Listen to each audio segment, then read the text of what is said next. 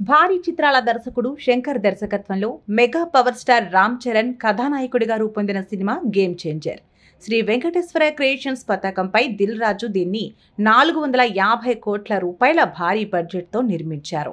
తన కెరీర్లో 50వ చిత్రం కావడంతో మైలురాయిగా ఉండాలనే ఉద్దేశంతో దిల్ రాజు ఈ సాహసం చేశారు. ఈ నెల 10వ తేదీన ప్రేక్షకుల ముందుకు వచ్చిన ఈ సినిమా ఫ్లాప్ అయింది. శంకర్ నిర్మాత దిల్ రాజును హీరోగా 3 సంవత్సరాలు కష్టపడ్డ రామ్ చరణ్ను నిండా ముంచేశాడు. కాలం చెల్లిన కథనాలతో ప్రేక్షకులను ఏమాత్రం ఆకట్టుకోలేకపోయాడు. ఈ సినిమా ఇప్పటి వరకు కేవలం 200 కోట్ల రూపాయల లోపు గ్రాస్ కలెక్షన్లు సాధించింది. బ్రేక్ ఈవెన్ అవ్వాలంటే పెద్ద లక్ష్యమే ఉంది. అది అందుకోవడం అసాధ్యం. 14వ తేదీనే దిల్ రాజు నిర్మించిన మరో సినిమా సంక్రాంతికి వస్తున్నాం విడుదలై బ్లాక్ బస్టర్గా నిలిచింది.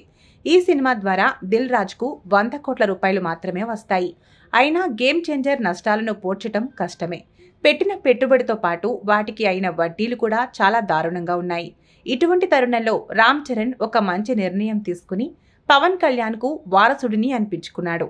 ప్రస్తుతం బుచ్చిబాబు దర్శకత్వంలో ఓ సినిమా చేస్తున్నానని, తర్వాత సుకుమార్తో మరో సినిమా చేయబోతున్నానని, ఈ 2 సినిమాలు అయిపోయిన తర్వాత మీకు సినిమా చేస్తానని రామ్ చరణ్ దిల్ రాజుకు హామీ ఇచ్చారు.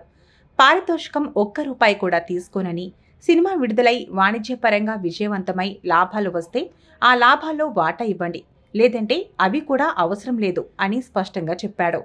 రామ్ చరణ్ ఇటువంటి నిర్ణయం తీసుకోవడంపై తెలుగు సినీ పరిశ్రమలో హర్షం వ్యక్తమవుతోంది. ఏళ్ల తరబడి ఒకే సినిమా చేస్తూ 300 కోట్ల రూపాయలు పారితోషికం తీసుకునే హీరోల కన్నా రామ్ చరణ్ లాంటి హీరోలు పరిశ్రమకు అవసరమంటూ వ్యాఖ్యలు వస్తున్నాయి. మాట తప్పనని రామ్ చరణ్ దిల్ రాజుకు గట్టిగా చెప్పారు. ఈ విషయం తెలుసుకున్న మెగా అభిమానులు ఎంతో సంతోషాన్ని వ్యక్తం చేస్తున్నారు. సంక్రాంతికి వస్తున్నాం సినిమాకు వెళ్లి ఆ సినిమా కలెక్షన్లు పెంచి దిల్ రాజుకు కష్టాలు రాకుండా చూస్తామంటున్నారు.